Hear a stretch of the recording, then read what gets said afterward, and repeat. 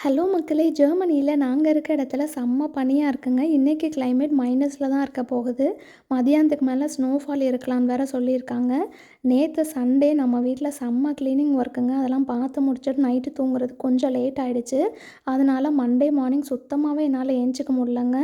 ஒரு 10 நிமிஷம் எக்ஸ்ட்ரா தூங்கிட்டேன்னே சொல்லலாம். இப்போ 7:30ங்க. ஆனா நடுராத்திரி மாதிரி இருக்கு பார்த்தீங்களா? பசங்கள அப்படிதாங்க என்னமோ நைட்டு எழுப்பி கிளப்பி அனுப்புற மாரி தான் ஒரு ஃபீலா இருக்கும். இன்னைக்கு நல்ல வேளை பிரபா வந்து ஒர்க் ஃப்ரம் ஹோம் பார்க்குறதா இருந்துச்சு. அதனால 2 பசங்களையும் அவங்களே போய் ட்ராப் பண்ணிட்டு வந்துட்டாங்க.